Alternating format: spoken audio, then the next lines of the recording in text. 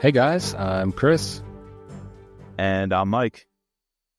And welcome back to this week's No Limits, the Mitch Rapp podcast. And we have someone special on the pod today. Why don't you go ahead and introduce yourself? Well, it's not Don Bentley. Well, that's for sure.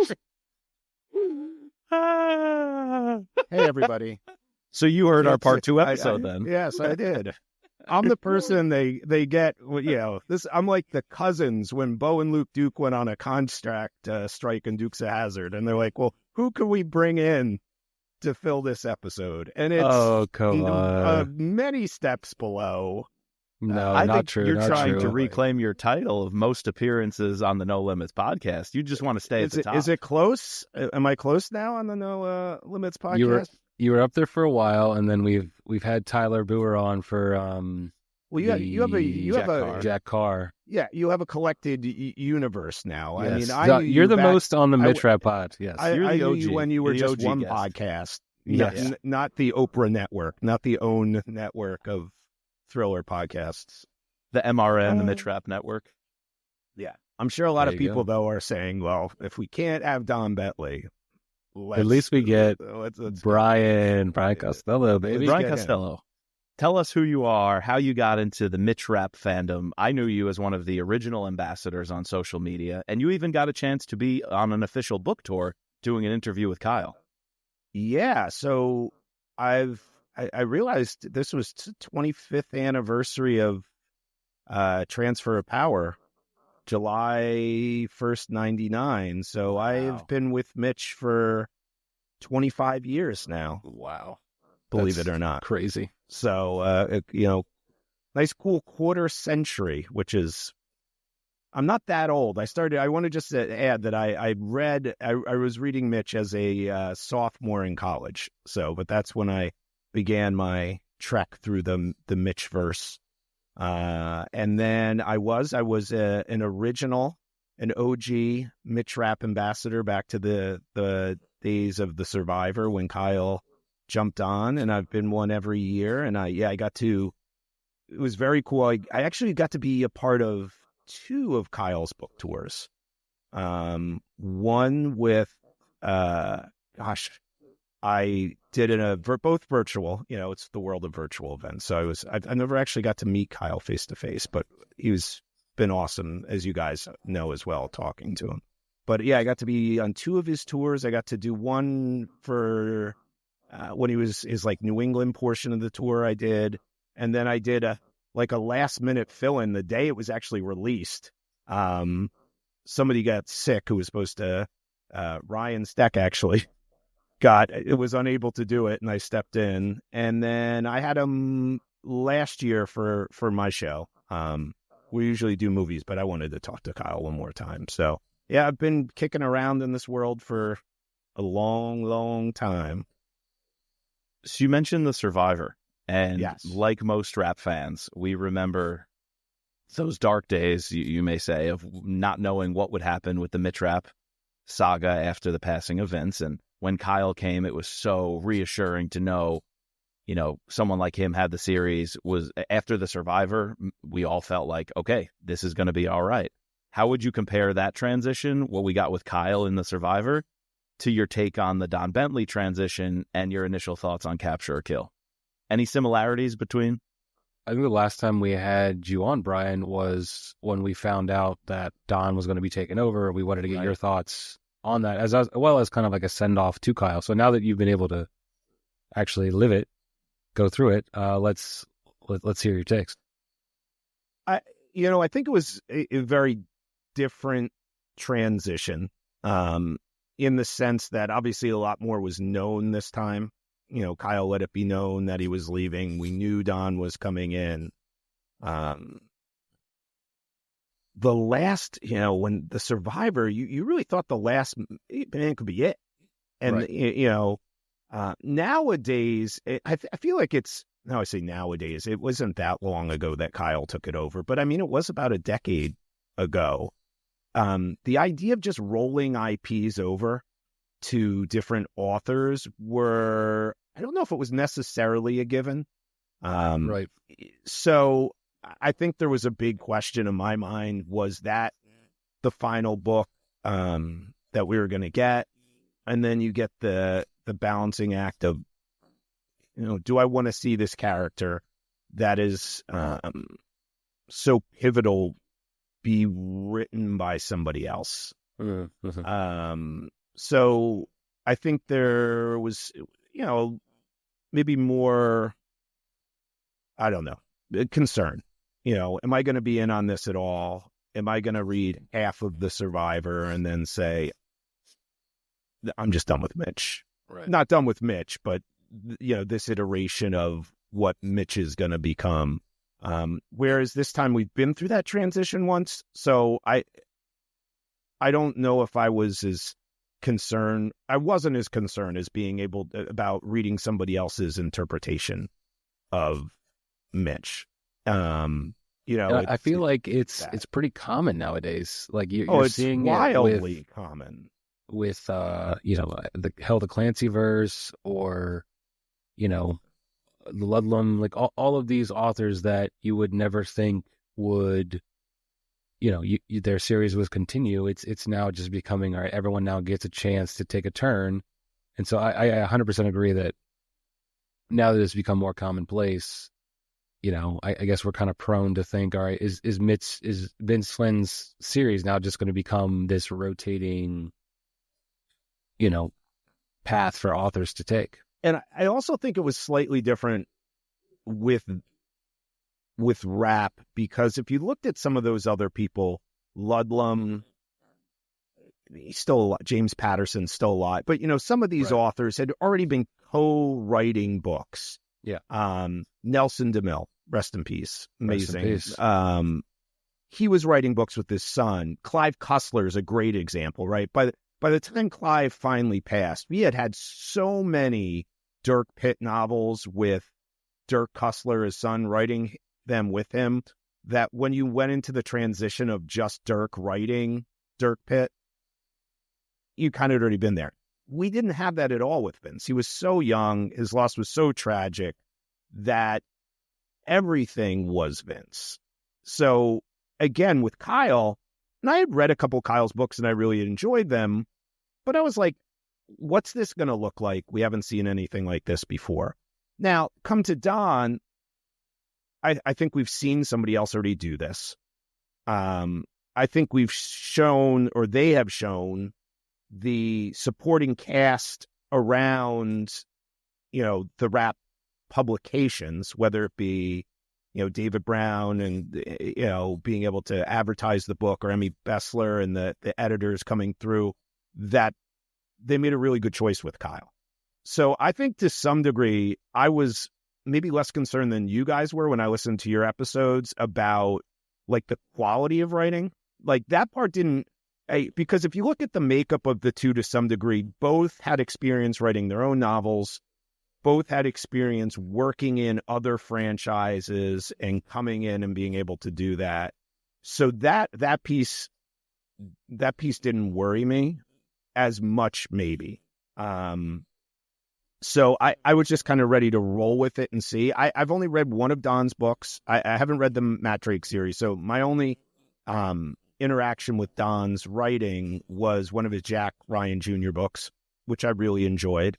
And I think that the series is too valuable for them to pick somebody they didn't think was going to be able to do that. Now, my question is, what that process looks like, I have no idea.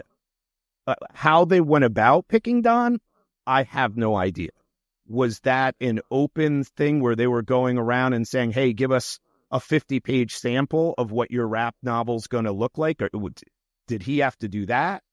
Was he just brought in based upon his work, his love of this year? I don't know what happened behind the scenes there, but I just think in this world that they weren't going to go pick somebody who wasn't going to be able to deliver something they wanted. And I thought he did. I thought it's a really solid Mitch Rapp novel. I found The Survivor as a debut to be, I would put Survivor above it. I enjoyed The Survivor more than I enjoyed Capture the Kill. That's the big question right there. But they're different, though. There's a lot that goes into the discussion of this book that is not an apples to apples comparison, maybe, that some people might do, and even some franchises might do, based upon the subject matter that he selected for the topic of the book. Yeah. And things like that. But I was really pleased. I mean, he's a very good writer. There's no, and that's what I kind of like, not to name some other series, where I find like the quality of writing. The Clancy series, I think, has always been very good with their writing. But there's some of these series they spin off, and the overall quality of the writing, I don't think is great. And I think both with Kyle and Don, the quality of writing is at a very high level. Yeah, I'll absolutely agree. And yeah, some other series that they spread their tentacles too wide, too many different avenues, let too many different people play in the sandbox. And we didn't want to see that happen here. And thankfully it didn't. There is a torchbearer. There's one person who can carry the Mitch Rapp series forward. And as we're recording today, he just posted that he's working on book two. So we know that he's, not that I didn't think he was going to, get a 2-book deal. He wasn't going to be a George Lazenby, just a 101 and done. Exactly. I knew he had 2 books. I'm curious to see what happens beyond that. But if his second one is like Capture or Kill, Brian, you said it, he absolutely deserved the job, showed he did the job, put in the work, and is a phenomenal writer. And that came through in Capture or Kill. Chris and I were both skeptics going into it. We weren't. I think just because of the baggage we bring as these, quote unquote, super fans. Right. And Kyle did it so well. You're right to compare it to The Survivor in a sense. We can't compare it all that directly because Vince gave Kyle the start to that story. It was very little. It was very minimal. It was a chapter. It was a chapter, but it was clearly coming after a book that went in a certain direction. And there were things to be done. And, The Last Man, it kind of left the story to be told. And so I feel like Kyle, as much as he only got 1 chapter, he inherited characters like Stan had to have his dying days on page. Yeah. That had to happen. We had to deal with Mike Nash and what he was going through. In The Last Man, you brought Louis Gould back. So I think Vince was trying to say something about ghosts of the past haunting Mitch. And so I feel like Kyle had a framework and knew he had to figure out what Vince's story, what story Vince wanted to tell. But Don's stepping into a whole different box where he can say, I'm going to make up the story I want to tell, but pay respects to the universe. It's not like Vince left that chapter or the characters were in a place that clearly Vince had thought, I think something's going to happen next with these people. He actually had a gap in his story. And I think Don was smart enough to wiggle his way in and find a way in the timeline to express himself while also paying respects to the universe, where Kyle didn't quite have to put his own stamp onto it at first. Kyle really just had a one-track mind of write a Vince story, the same story Vince would have come up with in the way he would have done it with his characters. And Don had a little more leverage to put his own flair on it, and I think he very well did that and still paid tribute to what Vince gave us, minus Marcus Drummond. I had to put that in there. I'm sorry, I had to. Yeah, it wasn't really until, Kyle's second book that we start to see that he's like, all right, I feel comfortable with what I did. Now I can, decide to do whatever I want to now do. You see that what the next is like in a sense, a trilogy, right? Working with Claudia towards... too. He didn't immediately do his Claudia storyline until his third book. I don't think he could have, though. And I do think they're in different places.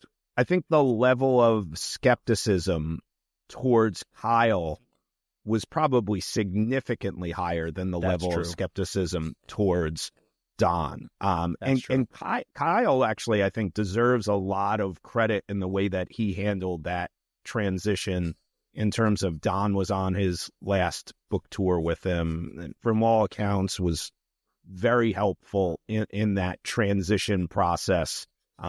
Things that, Kyle didn't have. That's true. But I think the level of skepticism going in, like I said, I was more skeptical of Kyle than I was of Don. And that had nothing to do with Kyle not being as good a writer as Don or anything, but it was just, is anybody going to be able to match or come close to matching what Vince did? And people shut him out.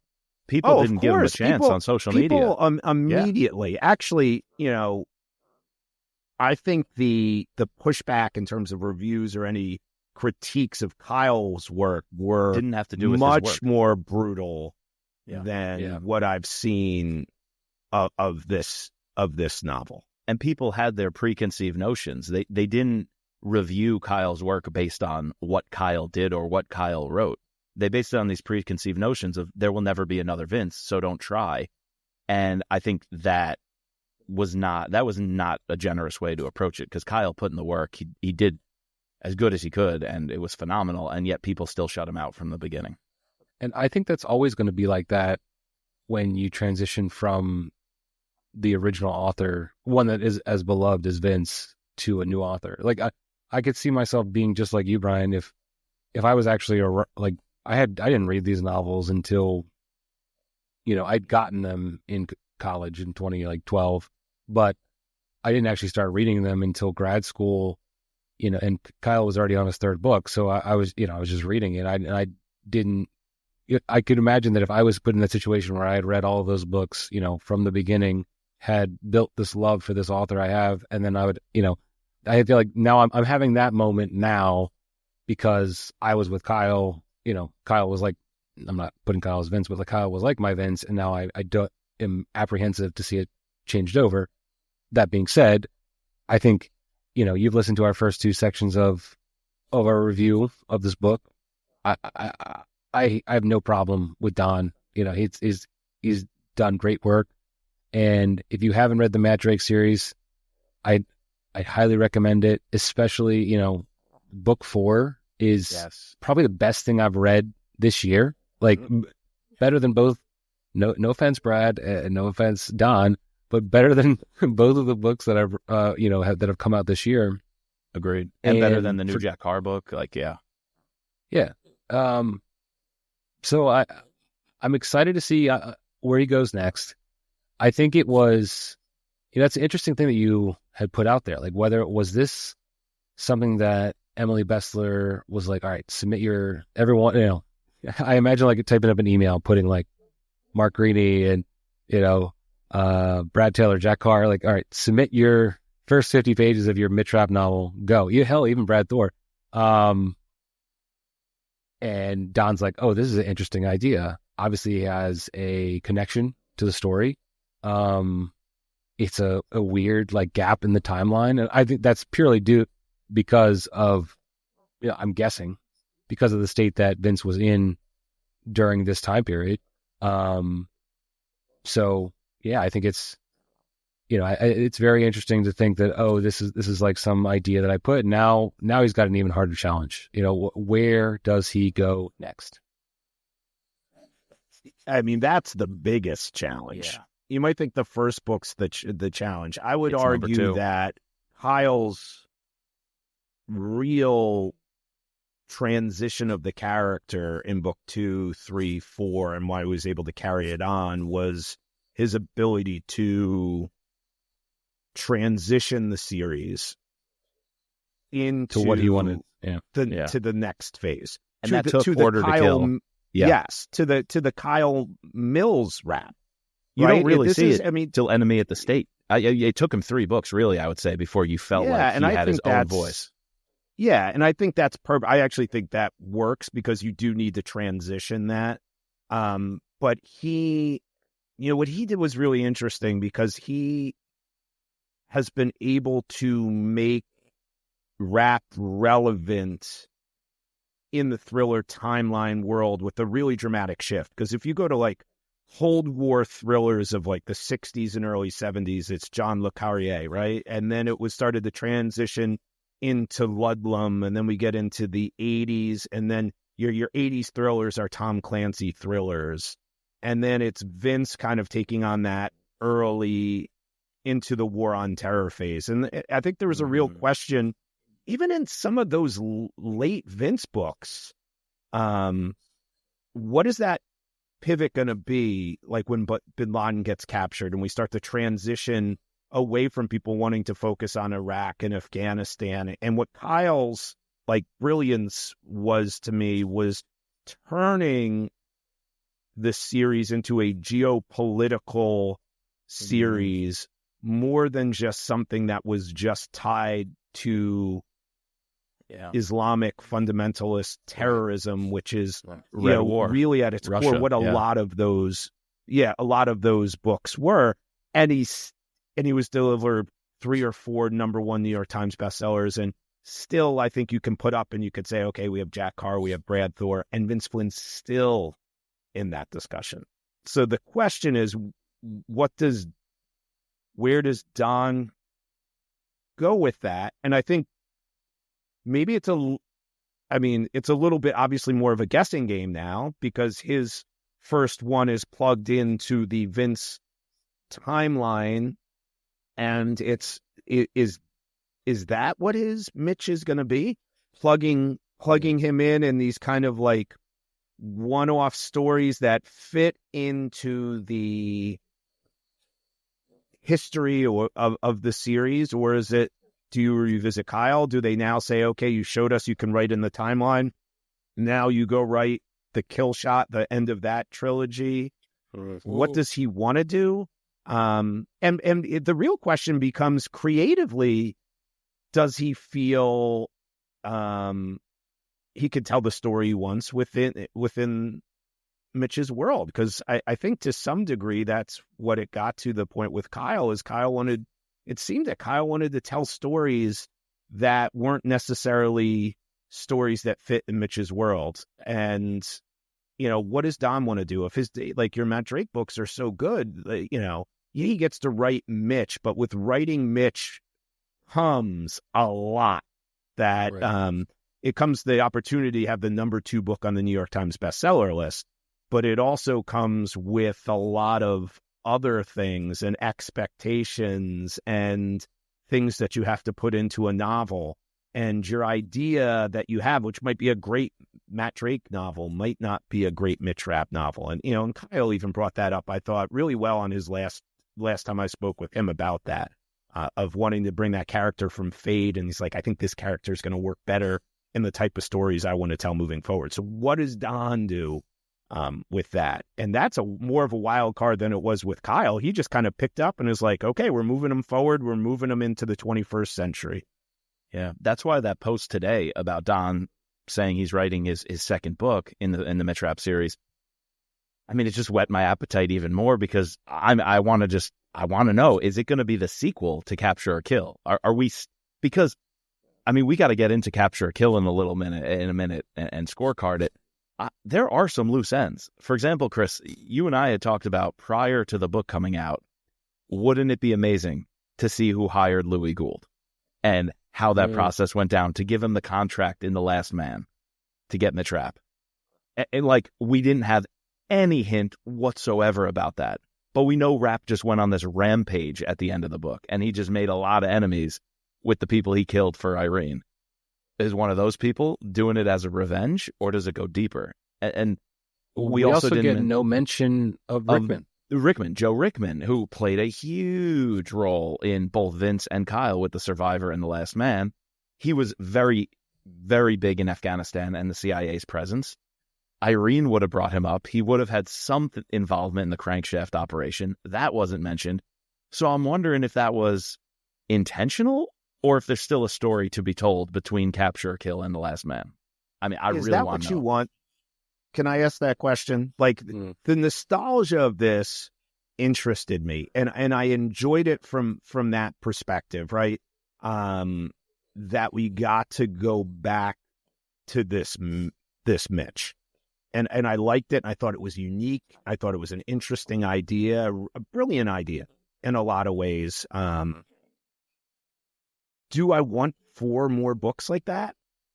I don't know, honestly. If you had said Kyle, after Kyle's first or second book, do I want to revisit that time period exclusively for another? The reality is, I think if you're in that timeline, and that's what Kyle had done, just that book over 4 or 5 times, I don't even think Mitch Rapp still exists. Yes. I think the character had to evolve. And I know it involved him in ways that some people weren't as comfortable with because he got older and he had a family. But I kind of missed some of that stuff. And I love that this one-off plugging in.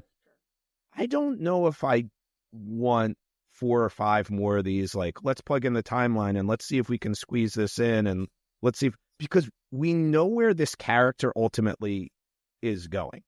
So one of the things with prequels is there's very little But you freedom. can actually change. Yeah. There's very little freedom You're for hemmed in. true creativity or true character development. Now, there's a small pocket of the ideas that you're saying, whereas if you wanted to write one more to bridge that gap, where is Rickman, who hires Gould and stuff.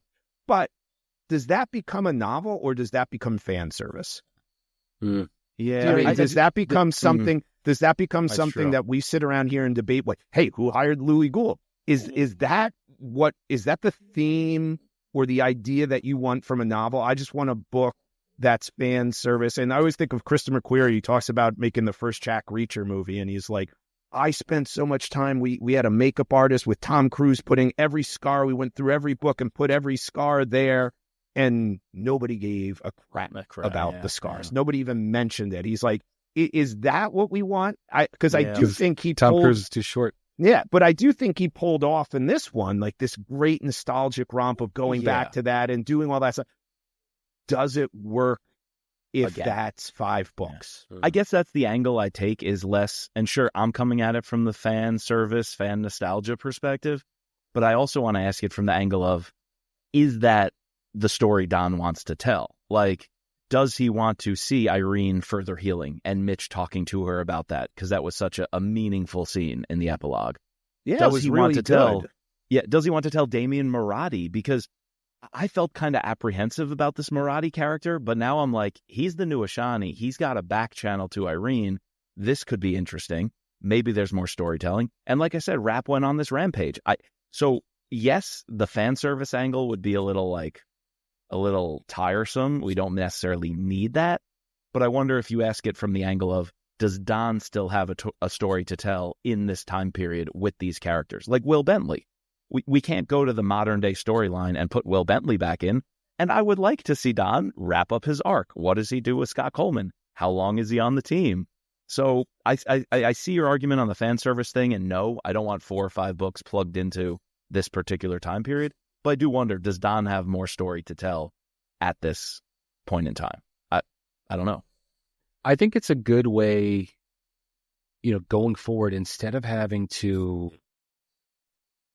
come out, because these books, they have to come out every year. Like Simon & Schuster, Emily Bestler books is such a monolith and driver. They need those New York Times, bestsellers every single year. It's a business, right? So one thing, what I think this does is, and we could be completely out of pocket on this, and everything we're saying could be moot, but essentially you could go every other year. You could do like a thing where, all right, one year I push it forward, and the next year I go back and do like a little vignette or a little insert story, and that way it gives you more time to think about, okay, how do I want to progress the story? Like, all right, we can go back and do the Killshot prequel, which I still think never will get done. But, you could do that without having to I don't know, because Kyle left Mitch in such an interesting state that Don's either going to completely retcon that or, he's got to thread the line. Like it's a very tricky, I feel like it's a very tricky state to, move on with this character. Well, I'm nervous about that too, because so many people would have these ideas of, well, you got to start training Anna, make her the next mini Mitch. Or it's like, you got to kill Claudia off, and go through the whole Anna Riley stuff again with her dying. And I'm just like, that's a really hard thing to do, is take Mitch where he is in his like midlife crisis Mitch and keep him in the game. I don't know if you revisit that, but that's what I mean. And I'm sure he has a vision. I'm sure I would imagine, had a pitch to get, he said his agent got him this job. His pitch was the Bin Laden stuff, though, I think. Yeah. So, I mean, maybe he keeps doing this. My question is, again, Is that what we want? Is a law of diminishing return at some point, to Yeah. where, you know, and how you look at this. Again, great to go back. We always think of it. I'll give you an example. I love the X-Files as a show. The reboot came out, and you're like, there was like maybe 2 episodes in there that was like, yes, that felt like old X-Files, and the rest was just kind of like, if I want to read about that timeline, you know what I'm going to go do? I'm going to read Consent to Kill. I'm going to go read Memorial Day. I'm going to go read. Do I want to just get, and it's almost like the flip side of what I think Kyle starts running into, or, you know, what they run into with the Gabriel Allon novels or any of these movies Brad Thor runs into, which is like, these guys are getting older, and you almost have to stack every book. Like, last week I saved the world. Now I have to save it this week again because I'm already 60, and I how many books can I be 60 in before it makes no more sense that I can save this? But I do agree. You guys brought up, I thought, a really like interesting point in the last episode, which is like, would Mitch be okay not going in and killing bin Laden himself if he was there? And it's like the balance of like, young Mitch in this timeline probably wouldn't be, whereas Kyle's Mitch, by the time he gets there, would probably be like, yeah, I'm older, I don't think I'm going to go in there and do that. So it is a balance, but I do, like, again, love the choice. I thought it was really interesting, really different. I do wonder, and I guess they can't do it, if they had taken a year off in between books, what would that have felt like? Money. Yeah. But they won't, and they don't need to, and they prove they don't need to because they turned out a really solid book. Good book, yeah. But also, I just have to say, like, as somebody who reads the book, I mean, this, you know, these original ones that this spins off came out so long ago. So if you're somebody who was reading everyone when they came out, like this flashback, you don't necessarily remember every little single character and everything. Yeah. You have to remember, we've really gone in a very different direction there. So it, as a book that is an intro to the series for someone, I don't know. And it's also really interesting for somebody who's never read the series. Would you say to them, now plug this Don novel in here, surrounded by Vince novels, or would you say read it in the way that it was let out? Because I think it, quite honestly, for me, this worked and I enjoyed it because I got to go back to that and it was a flashback. If I don't know how reader, I feel if I'm reading it chronologically. Do I just want to read this? You know, I don't know. And I can't attest or answer to that. So that would have to be somebody who's a new reader. This series has always had that issue. You still see on social media, hey, I want to get into the series. What's the first book? And then the comments explode with Transfer of Power, American Assassin, Term Limits. You could argue all 3 of those are the first books. Yeah, and I always believe you should read them in the order that they're written. Yes, I agree. We've always advocated publication order. I do believe some official lists that have been on the website and whatnot do say American Assassin's the first book. And most of those social media conversations end up with, okay, I'll start with American Assassin because that's the origin story. I think you lose something of the flair of the character, the feel of the character, because that's not how original readers met Mitch was in American Assassin. And you think of him as, oh, this young lacrosse player. No, I think of him as the dude creeping through the White House with Milt Adams. Like, that's my Mitch. And now new readers would read American Assassin and be like, oh, he's this young hotshot lacrosse star, you know, who's making his way in the world and fighting people at the farm, at Hurley's farm. I don't know. So it makes me wonder about this book. What would you tell a reader who's going through the series for the first time? Would you tell them to read this after Pursuit of Honor? Probably. See, I think the stuff like the Mike Nash stuff, for example, works better knowing where Mike Nash ends up. Yeah, it's true. Yeah. I don't. Yeah. But again, we've all read it, so I don't know. Yeah.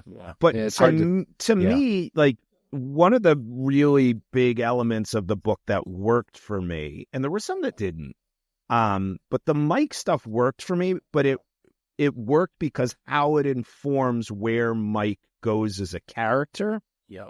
I'm not sure you're so into this character if you're reading it wedged in between where it was. I think it fits, it works, but I don't think it has the draw that it does for us, knowing where his end story is. Yeah. And going back and looking at like the tragic elements of that downfall. In terms of Mike Nash, this book makes Enemy at the Gates even better and make more sense. And Enemy at the Gates, and this book is made better because of Enemy at the Gates. I think Don and Kyle, the biggest like kind of interplay they've had with what they've done, or like how they've played off each other in a sense, is comparing those two books, Capture or Kill and Enemy at the Gates. And it's crazy because they're like, what, 12 or more books apart in terms of the chronological Actual order story. of the series. Yeah. Yet they're so interconnected. I think that's pretty brilliant. Well, and Mike's also one of those interesting ones that, I feel like the Scott Coleman character increased in relevance in everything with Kyle. 100%. Kyle clearly liked writing Scott. I think Scott, as a part of the story, became more and more relevant or more and more important as the series went on for him, in really significant ways. In some of the novels, if you go back and think about what Kyle did, if Don stays in a window of earlier Mitch, do we get more of that Mike Nash character, and explore him more in that window of time? That I mean, you don't know. You don't like what characters does Don connect to, in ways, who are going to be, we saw him create some characters, Kyle created a bunch of characters. Is he going to go that route? So it's tough off of one to judge that. But I do think I found that part of the book really interesting. And again, I'm not sure I would have in chronological order. I think they do play so well off each other. Mike Nash is really fascinating when you think about him, because I think Mike Nash is a character, and what happened with Mike and what Vince did with Mike, it might have been like 7 or 8 years too early. And I don't think Vince would have ever been into this, but nobody can tell me without a shadow of a doubt now that in the modern publishing world, they would have spun Mike Nash off into like a Jack Jr. series or one of the, I mean, and He'd be president. But he would have had his own. He would have had his own books and still been in the Dempsey series with. I think with now I don't know, to be clear, if that's something Vince would ever have been cool with, or the estate or whatever. But I think in this modern world, if you look what they're doing, like Hustler does with all these people do, they all do it. There's 1,000 different series, and they kind of start brand. He would have been there because his character. And Scott and Kyle was able to do really well with Scott to not have this. The problem with Mike Nash is he's always second fiddle. Yeah. He either has to be second fiddle to Mitch. And let me ask you this. Do you want to see Mitch doing something, or do you want to see Mike Nash doing something? You want to see Mitch doing something. Mitch then punches him twice. In the first two books, Mitch knocks him out twice. But then you put him into the CIA side, and I ask you this. Do you want to see Mike Nash doing something, or do you want to see Irene Kennedy doing something? And I don't. That as a result, I think it makes sense why that character started to fall off, because it's where is the excitement to write that character? But I did enjoy him in a way in this book that I hadn't enjoyed him in a really long time because of knowing where he goes. So I like the whole. Whatever Mike can do, Mitch can do better. Whatever Mike can do, Irene can do better argument. 100% true. And it makes it so hard to really have them carry the day. My one counterpoint would be, and I think we've said this on the pod quite a bit in our earlier books, is he's the family man. And that adds that interesting component of he has and has a chance to have everything Mitch never could, or what was stolen from Mitch. And same with Scott Coleman. Scott Coleman, maybe he dreams, he has some flings, he has some dreams about girls riding on tractors and whatnot, Russian agents. But Scott Coleman never really settles down, has a family. So I like that Mitch brought that element to it. I almost think Vince saw a little bit of himself in Mike Nash, the way he wanted to have this career, but also, raise a family. And to put Mike in those shoes and have Mitch have to deal with it and kind of defend him, and that meant sidelining him, which meant tearing their relationship apart. But I think if you asked Mitch, he'd say, I'm giving Mike a chance to have what I never had. But that ended up driving Mike Nash to madness and ultimately suicide. So I think all that is great storytelling, but you are right that there are so many other characters who overshadowed him. So Mike is really, really hard to write. Yeah, and I thought he did great. That's one of the standout things for me. That character, I thought was written very well. Yep. Yeah. I also thought that, we can, we're kind of like talking about good guys in a sense, so bringing up the scorecard. But I thought that just like Kyle, Don seemed to write Scott pretty well too. I think that was a player that, everything that I wanted Don to do, he did well. He brought in the team, except for calling Marcus Dumont, Marcus Drummond. But I even tried to argue, sort of against myself, against Martini, to say like, all right, at least, I don't want to say this, but look, at least he tried. Like I feel like he brought Marcus in a situation which made sense to bring him in. It'd be like in Brad's series, you need the troll to come in to do some sort of computer thing. Like, all right, well, we're going to do that. I think it ultimately fell flat because you got the name wrong. But yeah, so I guess to sum up what I'm trying to stutter here, in terms of good guys, I gotta go. I gotta go super high here. It's a Stan. solid like 4.5, 5. Oh, and Stan. Well, great Stan cameo. Great. So Stan if cameo. I went back and I read Stan because it reads better. It reads way better. I don't know if you listen to audiobooks, Brian. No, I just tend to read. Yeah, we have a love-hate relationship with Steven Weber, because I've listened to him as an author on a couple other series, and I think he does a great job. I don't know if you've read the T.J. Newman books, all about like thrillers on planes, essentially. He does a great job with that series, and I've read him in some other sci-fi things. But last year, I couldn't suffer through Code Red with him, and then this year it got a little bit better, but you get this introduction of Stan at the end. You're like, oh, when is he going to come in? When is he going to come in? And he's coming out of this car, and it just falls flat with his voice. So I had to go back, and because I didn't want to ding that towards Don being, this actor's interpretation of this character. And I went back and I read it, and like, Mike, you're 100% correct. It reads amazing. I feel like he, bringing him in makes sense. The stuff he says, the actual dialogue that he puts in Stan's mouth, great. Good guys, high score for me. Sure. Agreed. Oh, the first category is action. We got 10 points, Brian, for action. If we can each go around the horn, say what we score, capture, or kill on action, and maybe shout out your favorite action scene. See if we all are on the same page or if we all pulled out different nuggets that we liked. All right. You want me to go first? Yeah, kick it off. Yes. So I was probably like an 8, maybe 8.5 on action. I thought the action was very good. I'm probably going to go the airplane scene, like in the plane, on the tarmac. On the tarmac.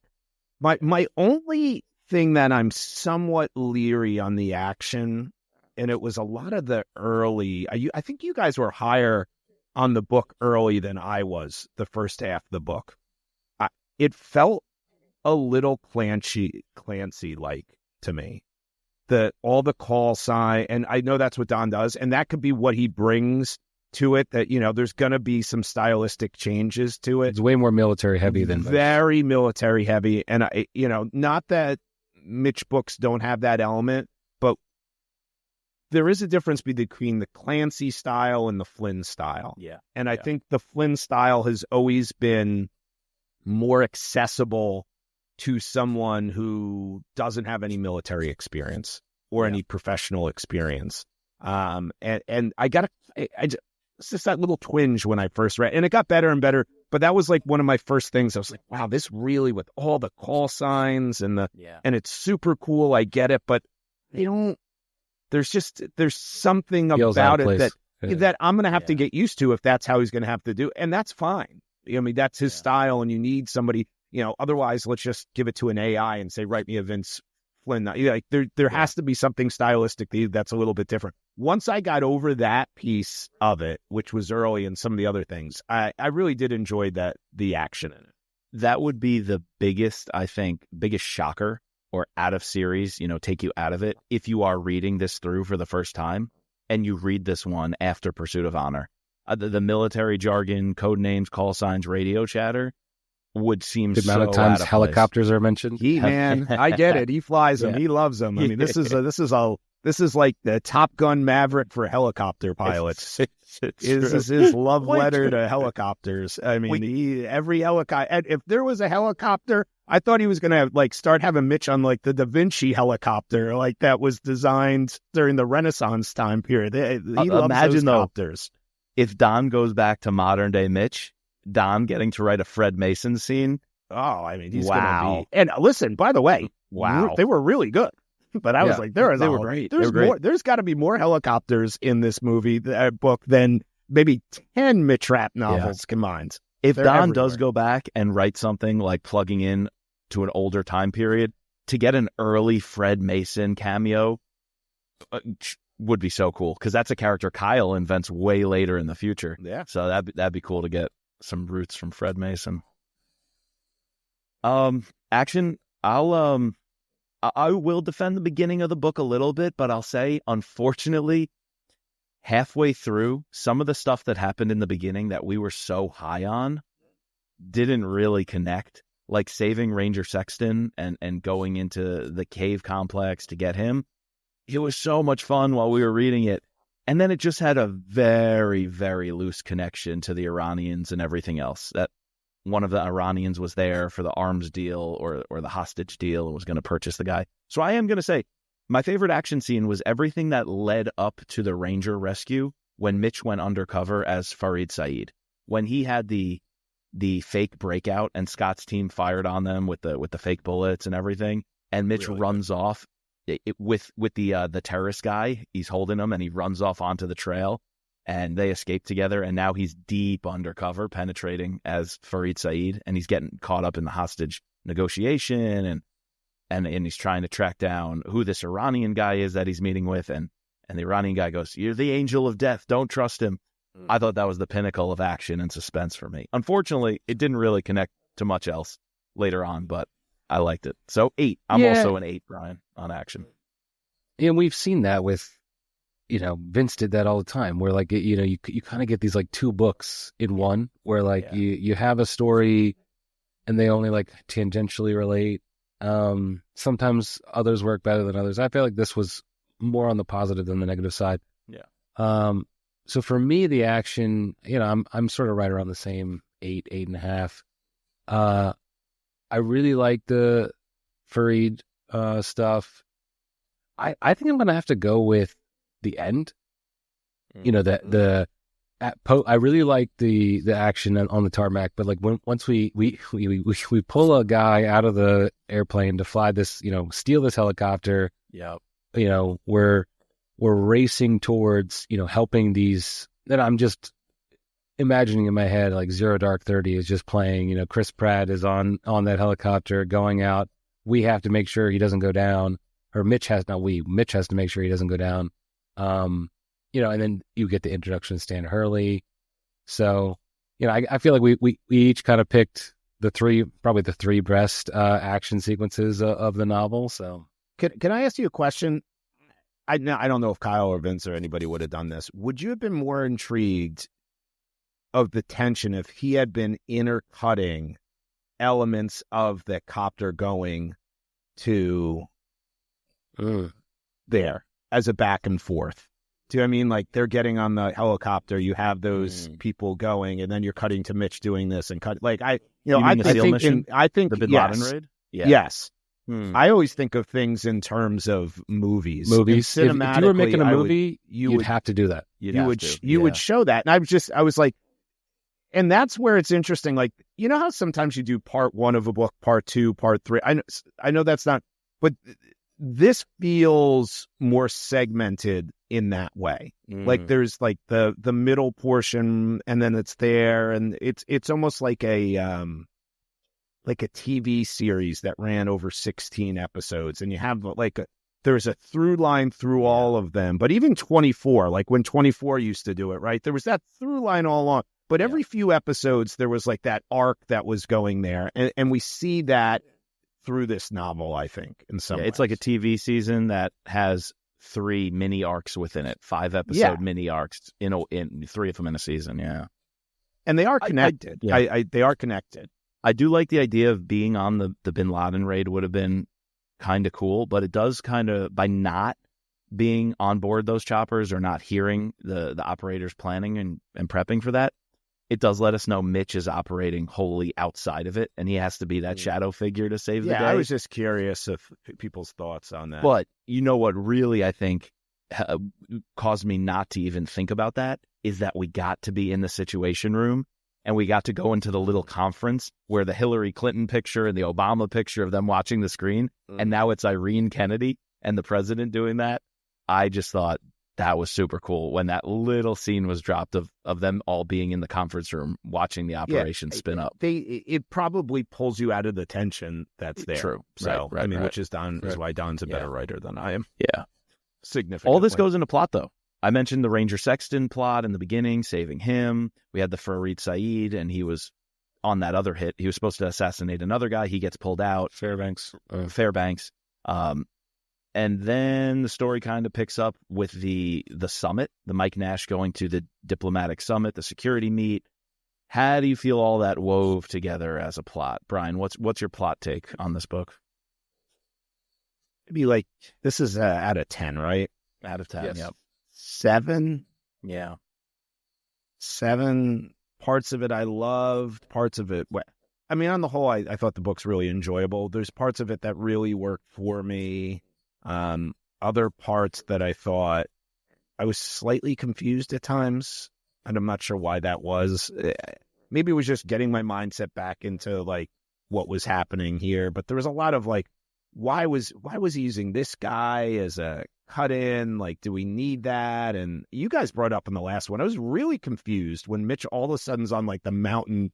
I was like, I had to go back actually and read it again. I was like, that's quite a jump in a That's novel. a low moment. Yeah, that's sometimes a low moment. in a film you'll make that jump, but not as much in a novel. And then it's like there was this element of Mitch then shows up and he's part of the crankshaft thing, and he's having a doctor, but then they're driving off to deal with this and Meter Maid Mitch.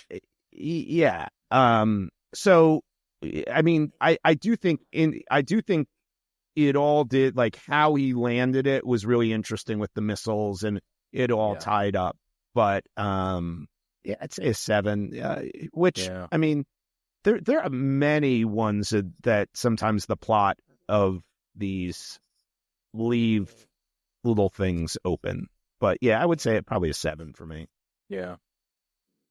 It's fair. I think I would land at a 7. I'm with you on that. I'm gonna give it a 1-point boost because of the missile technology. When we had the opening scene with the demonstration, I'm like, what is this about? And then when we found out it's the missiles, I'm like, okay, interesting.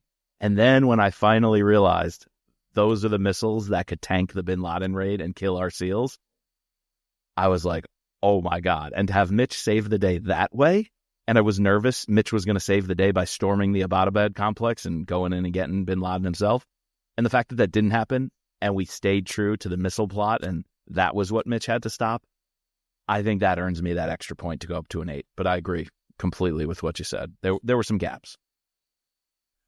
Yeah, I'm kind of in the middle of you two, so I guess I'll split the difference and do a 7.5. I feel like the beginning part, it was great. The action was great, but when I finished, you said it is connected, but I felt like those threads were a little bit loose, and the middle part lost me at times. You know, I guess I was supposed to really feel for that Noreen character, but that whole sequence, you know, it led to the pretty cool action sequence on the airplane, but I don't know, the first failed attempt at the Abbottabad complex. Because I guess that kind of pissed me off because I think that's actually how they ended up getting him. Like there is a retcon in a sense in this way because the doctor does end up getting DNA that way, right, Mike? So yeah, I looked it up. I don't know if he was successful, but there was an attempt. Dr. Afridi was his name, and apparently the CIA then abandoned him, and like we didn't even help get him out or something. But he did make the first attempt, and they didn't open the door because he was a male. Okay, Yeah. But yeah, so that was still true. Decent score, 7.5. Yeah. I think Sure. the plot. Listen, I think the plot was good. I think the action. I think the premise was really good. So that's why I said. But I think the action carries it. I think 5 books down the line, you'll remember some of these actions, which is fine. I mean, there's so many of these books, right? Like if you can latch on to memorable things, he developed a lot of these times. Like the plots, I have to go back and think like, what was exactly the plot in this one? But I'll remember an action sequence, or I'll remember a character or an event in it, and he does hit on all that stuff. Yeah.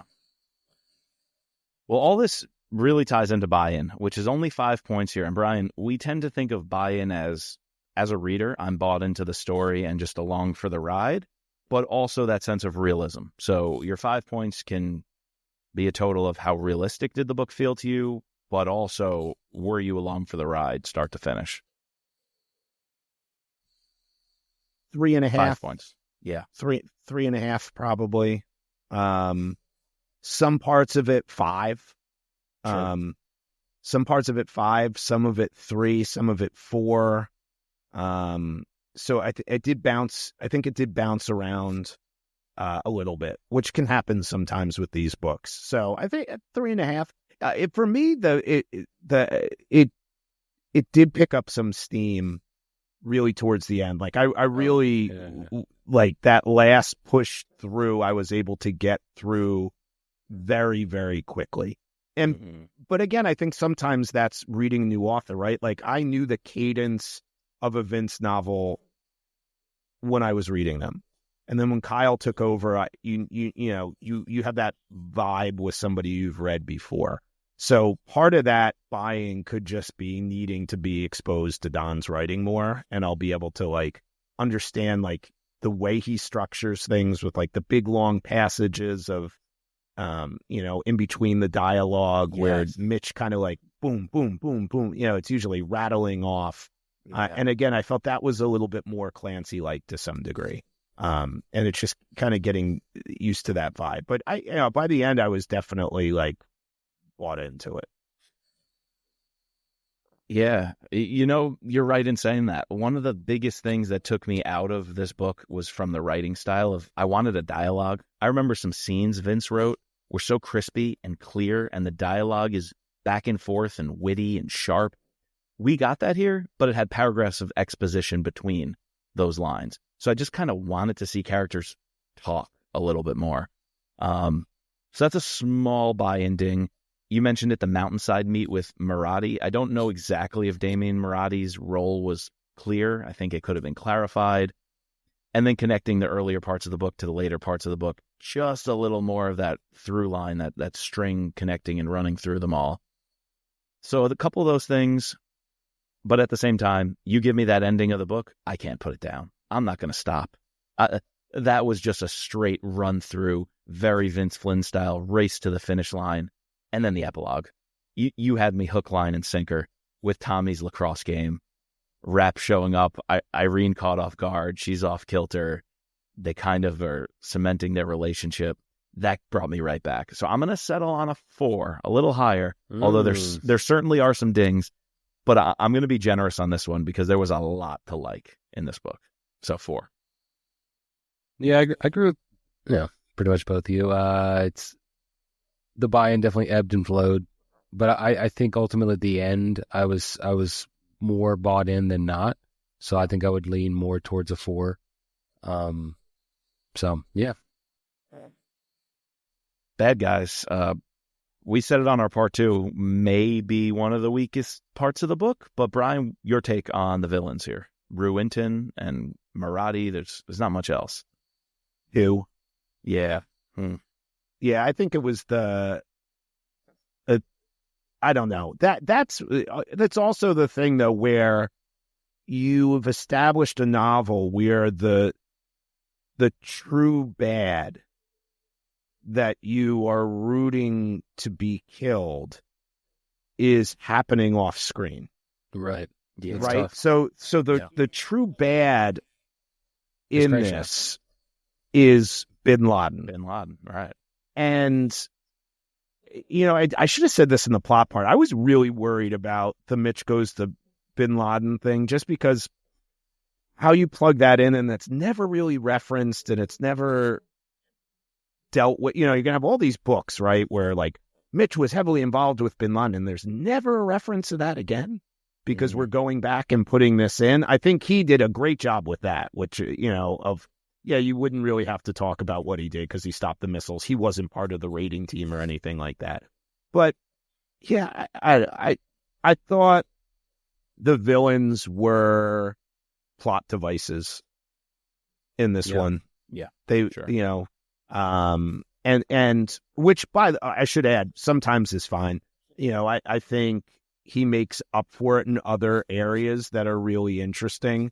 But this is not near the top of like what I would deem to be, the most memorable Mitch Rapp adversaries of all time.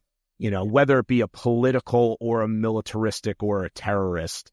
I think we've had some really juicy villain characters in some of Kyle's stuff, in different ways. So yeah, but to be fair to Don, I'm not sure the villain was necessarily focal to drive it in this way. That's true. It wasn't. Yeah.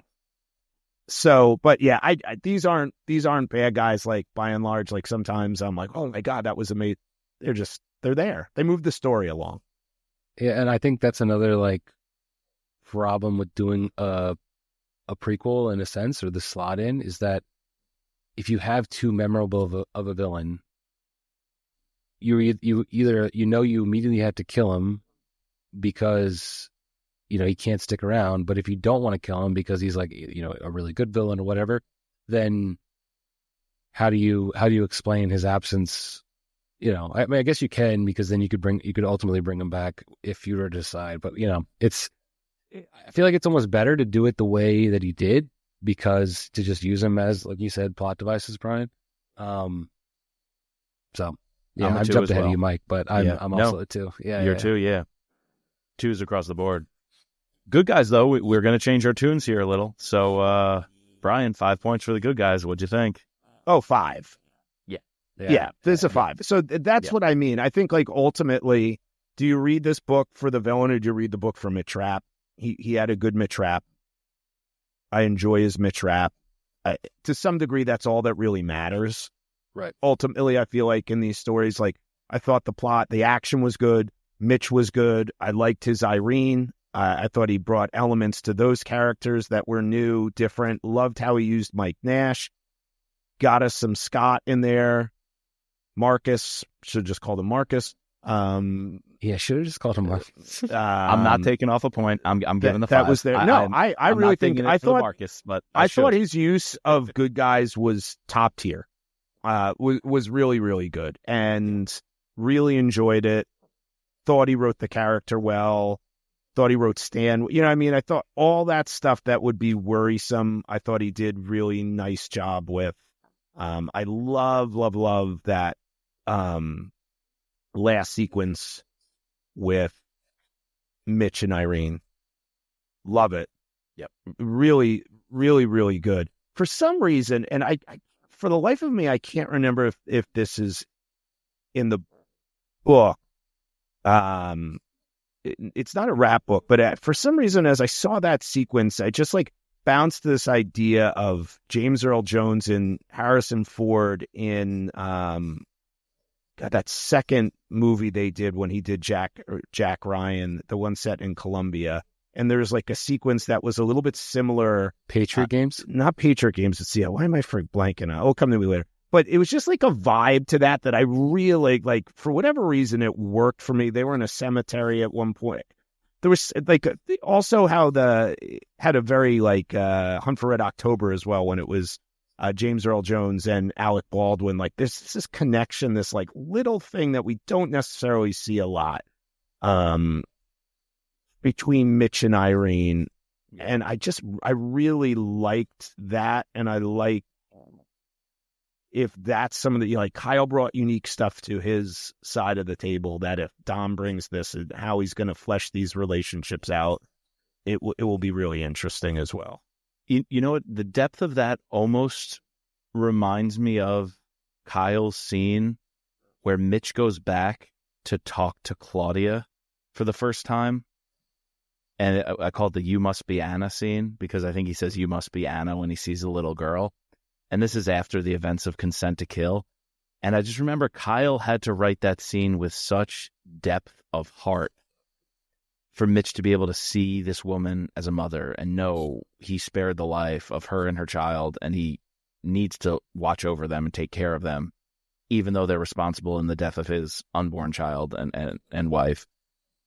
And I just felt like it had that depth of emotion, that gravitas, that heart that Don was putting in here for Irene and Mitch. So I think that's a hallmark of this series, of these characters are not one-dimensional. They're not just killers. They're not just cold-blooded. And I was so glad we got to see a pure human moment between Mitch and Irene, and I'll agree with you. How about the clear and present danger, by the way? That's what I was trying to think. Clear and present danger. Setting. Thoughts on setting? Do we want to keep the order? Are we good with the order here, Brian? Or that's fine. Chris to kick it off? Okay. 4. You know, I like the setting. It does. The only thing I will say is, at times I was slightly confused of where because they're in one region really, and like, how is he getting here? How is he getting there? I was much better back in the day on my geography of that region of the world.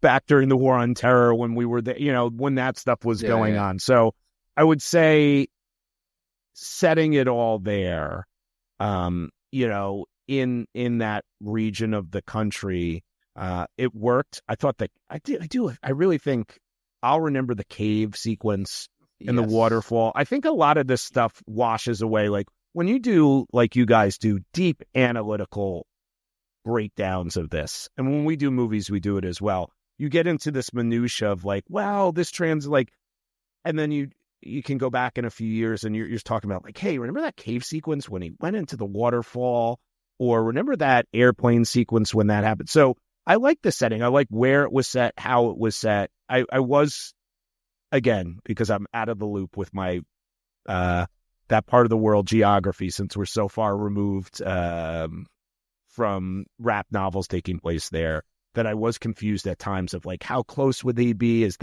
Can he really do this? Can he really get there? But I did like where it was set, and I thought it worked. So I'd say a 4.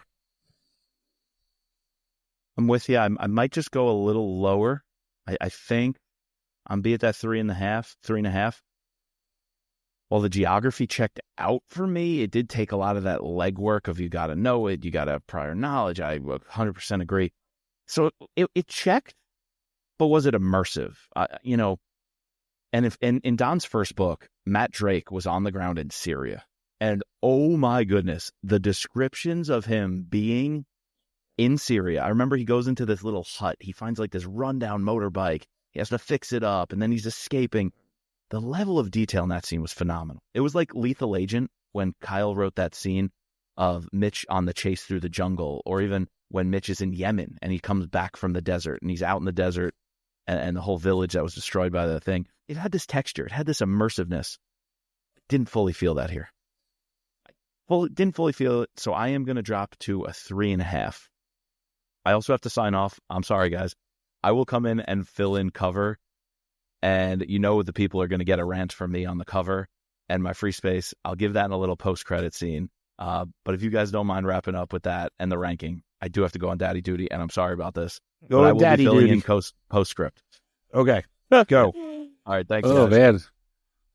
This is the for the first time. This is the new the new norm. The new norm. You gotta adjust to this. What did you think of that setting? Oh, Mike has been there, for all of my craziness with kids. But yeah, so I'm kind of torn because I agree with you in the sense that I felt immersed at points in terms of being in that cave, being in like certain locations, like being in like certain physical locations, not like geopolitical.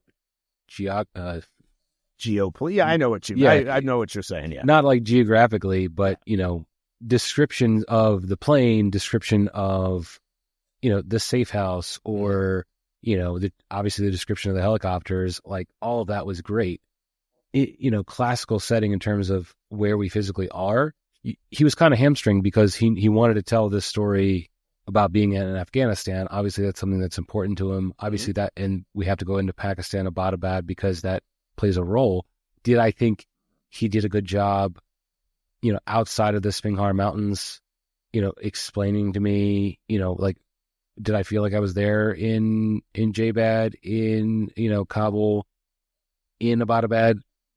Yeah, I felt like it's like run of the mill in terms. I've seen way better. I guess that my problem is I've seen way better versions of each of those locations from Vince, from Kyle, from other authors, Brad. So I'll probably just have to go with Mike, and do a 3.5. So you have a 4, where I'm keeping track of this. So. Okay. All right. Next we have cover. No, first we'll do free space. What's your free space? 5 points you just want to give to anything. Ooh. That can add to anything? Yeah, it's just a free 5 points. Then it's essentially like our winner of the book, what we like the most about it. Okay. Let's give it a 4 or a 5, maybe. I think that my biggest takeaway from this, in a positive light, is the action was very good, and the writing of the core characters that we love is very good.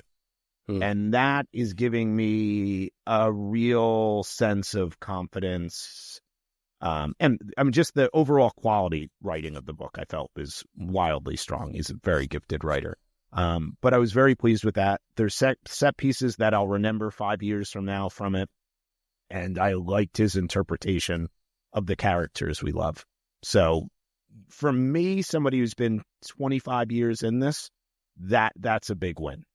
Like those two. Yeah. Everything else is, we can analyze it where we put it in the top list and everything. But those two, I'm willing to give 4 or 5 points there because I'm happy with the characters I love. And I got some pretty cool action sequences that I'll remember. And that's a big takeaway from a Mitch Rapp novel, if you can get that.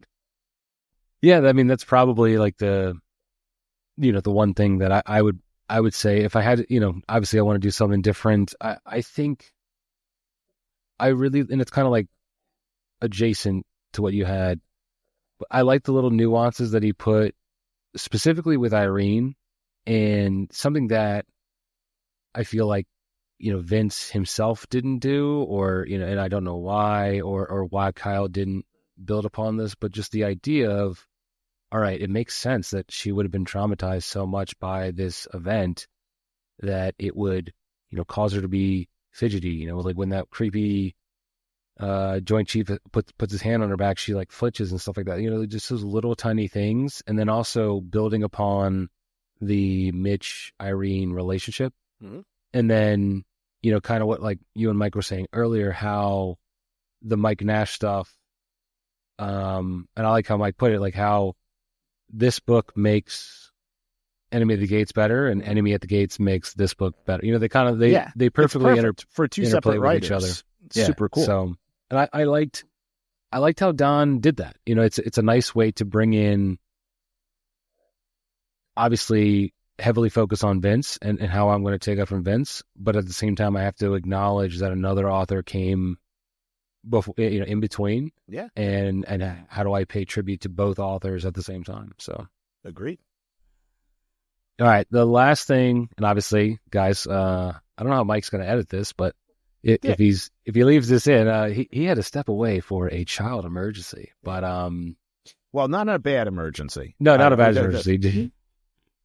Well, it was funny. Like when I was interviewing TJ Newman, I had to do that one solo because Mike had to leave to go birth the labor, the birth of the baby. So there you go. All right. So our favorite topic: judge a book by the cover. And so you've seen the three. You have it up, pull it up on Instagram or social media. Yeah, I've seen the three. Okay. So what is your favorite? And then next, what do you think, what would you score the composite of the three? So I got to be honest with you. And you guys might disagree. I really didn't like the cover. Really? Oh, wow. Hot take coming in. I didn't like it. I get it, the symbolism of it and everything, but it is one of my of the hardcover original covers. It's one of my least favorite Mitch Rapp covers. Okay. Tell me why.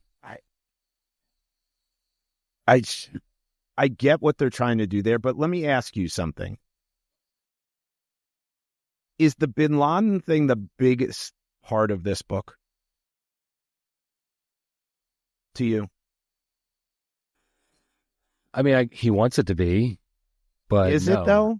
It's not. Is it central to Mitch's story?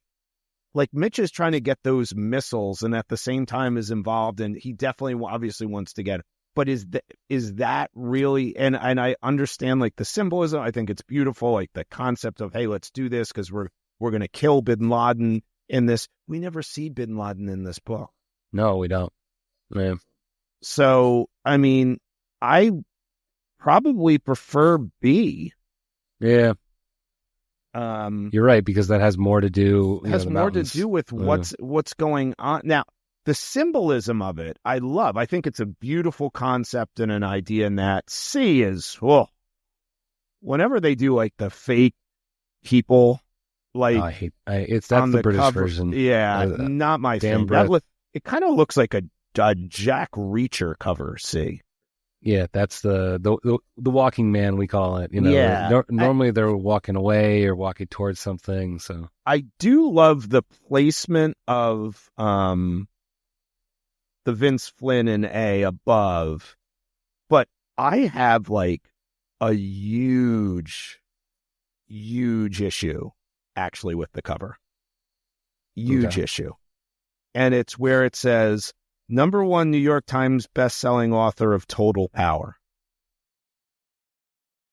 I have the biggest issue in the world with this.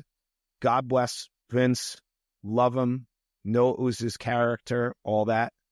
Kyle Mills wrote Total Power. Don Bentley didn't write Total Power. Vince Flynn didn't write Total Power. Why are you putting #1 bestselling author of Total Power on a cover of this book?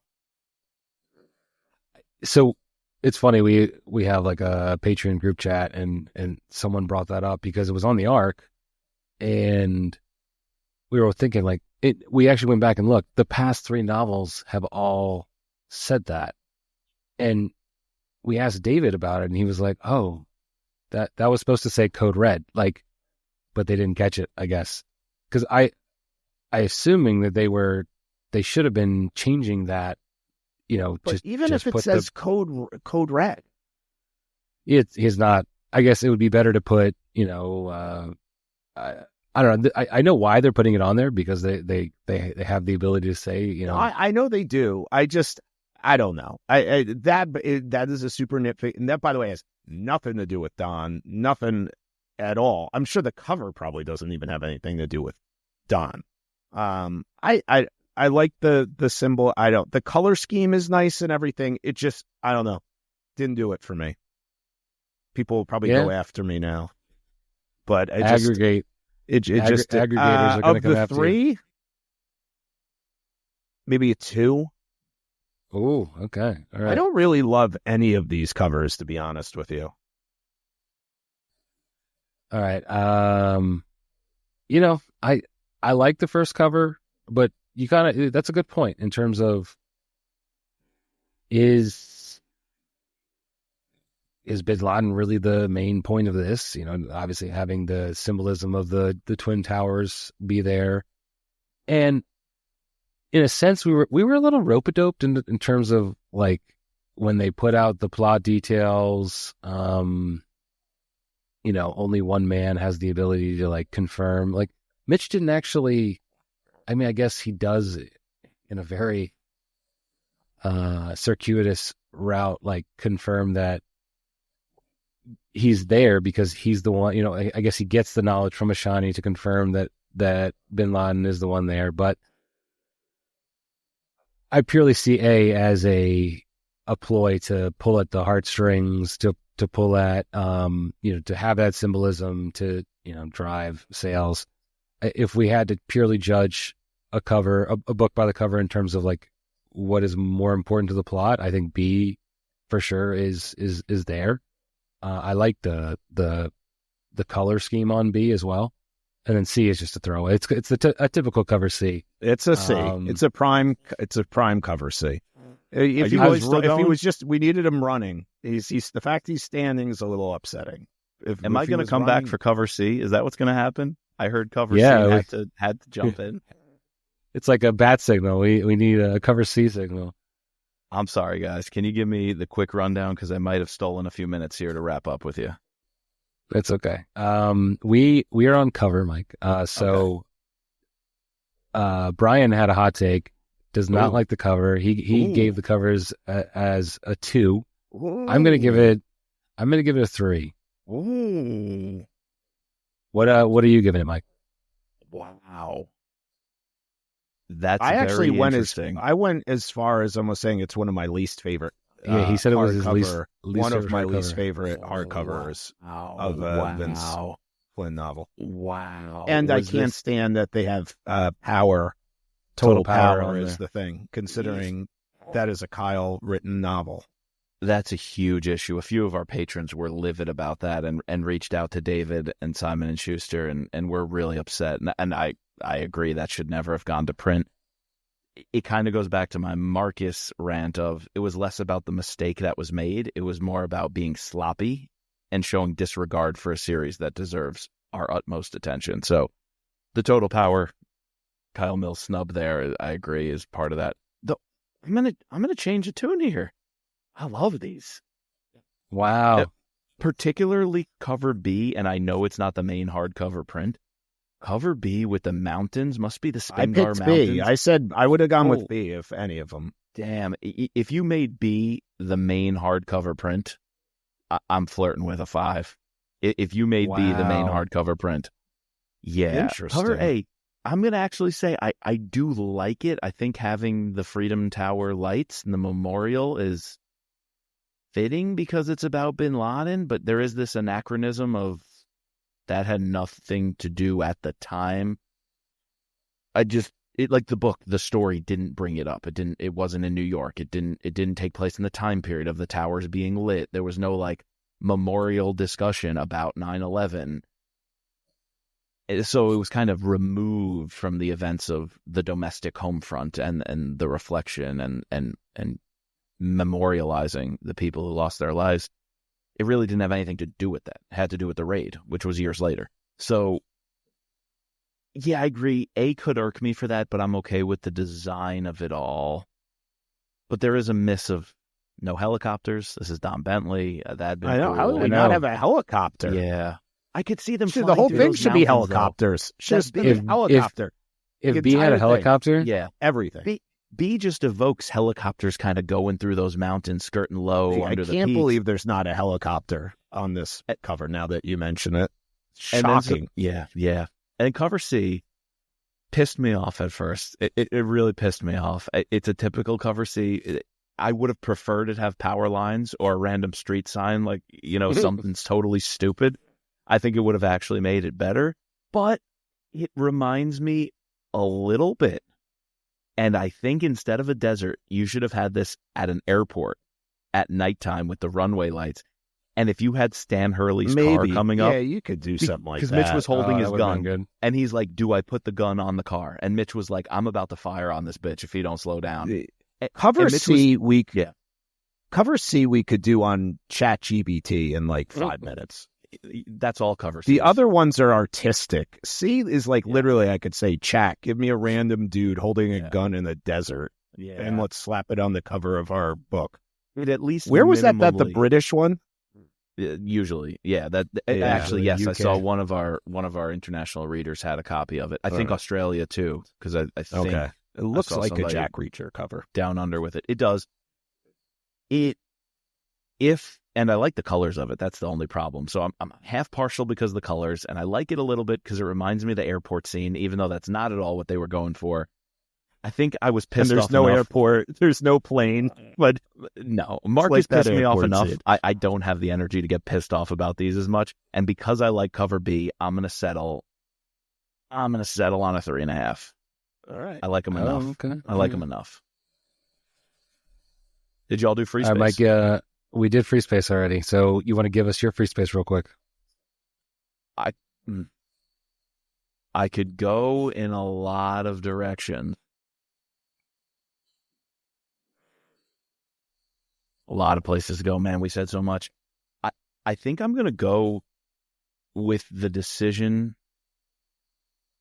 to bring back so many characters. Like, most That of was them ours. landed. That was it? Yeah. It's okay. You can have that. I think that's the biggest No, takeaway. No. You know what? Besides the characters, the other biggest win was connecting the plot. The missile plot and Ashani and the Iranians wanting to get revenge by taking down our guys in Afghanistan, get revenge for the hit on the nuclear facility, which they think was us, where they have to pretend to the world they think it's us so they look strong, and then selling the missiles, and then connecting that to Mitch having to be the shadow force to save the day instead of putting him on the op. So I'm going to go with the big winner is the plot connection between the missiles and the Bin Laden raid. And you don't have to put Mitch on the Bin Laden raid or in the Abbottabad complex because you got around that and you did it brilliantly. So that's my winner. Oh, that's a good one. Yeah. Was I highest? Was I the highest on this book of all three? Yeah, you were. Jeez. Even with my rant. So we came in a little lower than I thought we were going to be, but I still think it's a good score. I had a 38, Mike, you had a 39, and Brian, you had a 36.5. Still okay, solid scores. Solid, yeah. Yeah. Cracking into the 40s, Yeah. I would have thought. My first reaction to the book was like, this is going to be low 40s. So I'm a little surprised, but we did ding it a few times. Scorecard along doesn't the way. lie, man. Scorecard doesn't lie. That's right.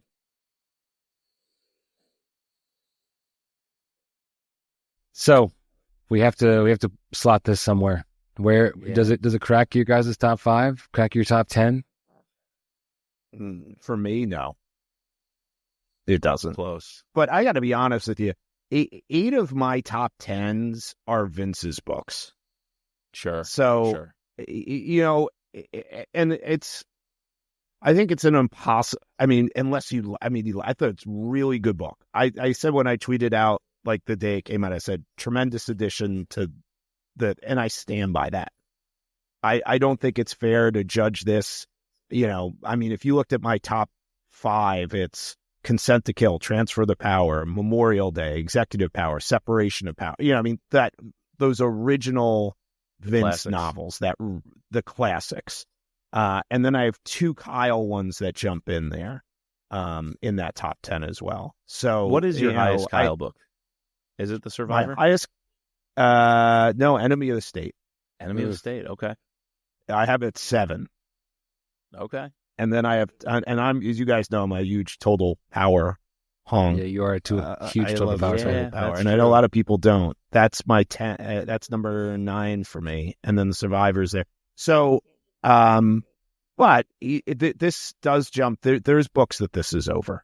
You know, there's ones that it's over. It's not top 10, but I also don't think that's fair off of one book, because especially when 8 of the 10 are Vince books, it's really, really Right. hard to crack. it's really hard to crack into that top 5. I mean, we're It beats 23 a few books. Vince books, but it doesn't Oh, beat yeah, a whole lot of Vince books. No, but a lot of Kyle's books don't beat Vince's books. Is No, it for better sure. than Kill Shot? I think so. Yes. Yeah, I think Is it- so. Is it better than Protect and Defend? That's I don't tough. think so. I don't think it rated is. Protect and Defend lower when we covered it back in the day, but then we did a revisited and We did a really revisit. liked it. And I really liked it. So on my first read of Protect and Defend, I probably would have said this one is better. But having revisited Protect and Defend, no, that's a great book. Is it better than Term Limits? I don't think so. No. Order to Kill. I'm There's just a question. going- Is it better I'm- than an Order to Kill? Like a mid-tier Kyle book, like an I think OG it's. Kyle. I think I it's do. right there. I think it's right I think there. I would put it over those Okay. ones. I would put it over that one. Enemy How at the about- Gates. No, Enemy Yeah, of the Gates that's- is a top 10 one for me.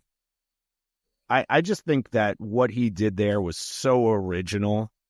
Yeah. And talk about bad guys in that and Yeah, what he does the cooks. there. I think it's better than Code Red for sure. Definitely better than Yeah. Code Red. Yeah. Agreed. I listen, I think it's really again, it's like then you start getting into like what's your favorite season of Yeah, exactly. 24. 24. You know, which yeah. I mean, if you remember we did the Kyle retrospective, mine was why like what I look for sometimes in a Mitch book is different than what a lot of people would look for. I think if you're a That's Mitch true. Rapp fan, you have to by and large be very happy with this book and feel very excited to see where Don goes with it because the core of what you want is there. Everything else is we could get into arguments over, I don't like this plot piece and separation of power. And then third option, he did that, all that. But we go back to why we wanted and why we're 25 years into this. We love Mitch. And the action is always badass. Yep. And he delivered on both of those things. Let's say it like it is. The number one thing Don had to do was write a Mitch Rapp book. And this is a Mitch Rapp book. Period. That's all you needed to do, and he absolutely did it. You Yeah. could have easily written one of these books and borrowed on so many other genres and so many other stories and so many other tropes and characters and made it something that it's not and that it's not supposed to be. And Don didn't do that. He made it a Don Bentley Mitch Rapp book, and that's all you could say. Well, and if he starts writing enough of them, then you can have a real like apples to apples comparison of like ranking Don Bentley Mitch Rapp books. Because I think it's very difficult to crack that. Again, like Kyle wrote so many that a few get into that top 10, but there's a real discussion you should almost have like, where's my Vince books rank? Where do my Kyle books rank? And there is some crossover there, but it's kind of like arguing Bond films. Yeah. You know, is it Any Connery? sort of Is long-standing it, franchise. do you know what I mean? It's like, well, They're so we've had different. Connery, then we have our, are you a Daniel Craig person? Totally. You can only rank those within their subcategories. But that's what I mean. We're getting different iterations of it. And Right. we need a few Dom books to be able to, I think, see what he does. Because I think even with Kyle, I loved Survivor, but it took me a few books to get immersed in that world and now really be able to have an understanding of why those future books meant so much to me and why I will say this. I missed Kyle's Mitch. Yeah. I for sure. I missed his world. I missed those characters. I missed it. More than I You mean not getting it this summer? Yeah, more than I thought I was going to. More than I like agree. some of those things that I was like, oh man, I kind of miss this piece, and I loved his books, but I was like, okay, we're going old school Mitch. Let's do it, and I loved that. But I also missed that trip he took us on, into that world. I became immersed in that world for over a decade. Yeah. Well said. Well said. So middle of the pack, had a chance at top 10. Definitely not bottom 5 or anything. solidly in that middle. No, really solid. Solidly in that middle, and I would even argue could have made that top 10. It was like so close to possibly being a top 10 book in my opinion, but just missed And out. maybe it is when you revisit it again, That's true. right? Yeah. Because that first interpretation of something, go back to it. Now you know where it is, and you're not worried about stuff. Let's see how it ages. I would really love to see how it ages. Yeah. All right. Well, we thank you, Brian, for spending this evening with us. Let us know, you haven't had a pod in a little bit, but can you tell our listeners, in the future, we're going to have some more comm majors coming down the line? Yeah, comm majors is there. We have over 200 episodes, so feel free to go in, and it's never time sensitive because we just do a movie every week. So perfect. You can just, if you've watched a movie, go on there, see what's there, and you can watch. And we should have a couple of new ones coming up. We're on we scaled back. We're semi-retired. We're semi-retired podcasters. Our guest this week is Steven Weber, so it's going to be real. We're really excited to have Steven on. Very excited. That's like our guest is going to be Don Bentley. Not gonna bring up I was on the show with Steven, but wait, you're not kidding? Excited to have no, I am very much kidding. I'm like, holy shit! Wait a minute. Now he's an audiobook guy. Can you imagine that? We got Steven Weber this week. I want to hear Don Bentley on another podcast, and somebody ask him, "Hey, why aren't you on the Mitch Rapp podcast?" See, you're skirting those boys. Maybe because they burned you over Marcus Drummond.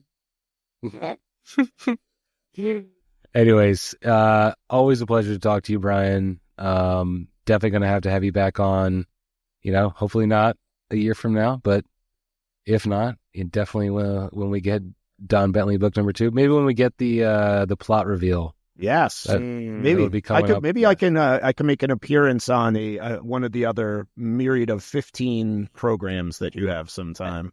Yep. Hey, pick a book. Anytime you wanna pick a book, let us know. Yeah.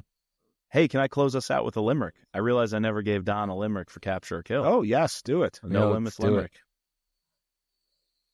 There once was a Marcus Drummond. No. I think you should start having Steven Weber read the limericks. That would be amazing. You just could write 10 of them and just you could have him do it as a cameo. He wouldn't even know. Yes. Just have him read. He's like, all right, here's my cameo. Somebody sent this to me. I'm reading. We're going to use hard-earned Patreon dollars for that. They would love that. Steven Weber reading cameos. I bet there's an AI way to do it. There's so much Steven Weber audio recordings. I'm AI sure can there knock is. that out. Yeah. I will send you guys the complete collection of what was that? Wings. Sandpiper Airlines. You guys, you have everything you need from that. Marcus Drummond will get on to cutting it together for you guys. I'm doing like a YouTube dub video, music video of Steven Weber just rapping Marcus Drummond over and over. But now here we go. Oh my God. A target to capture or kill. Undercover, fear he'll instill. Following a lead as Farid Saeed, Don Shirley gives us a thrill. Boom, baby. There we go. There we go. Again, we thank our patrons, including our Deputy Director, Sherry F., our Special Operator, Jason C., our Special Agents, Ben, Daryl, Kevin, George, Matt, Dawn, Peggy, Mark, Mike, and Chris. Please subscribe, rate, and review to all 3 versions of this podcast. You can find us online at thrillerpod.com or on Twitter and Instagram at thrillerpod. And just as always, just let Mitch be Mitch.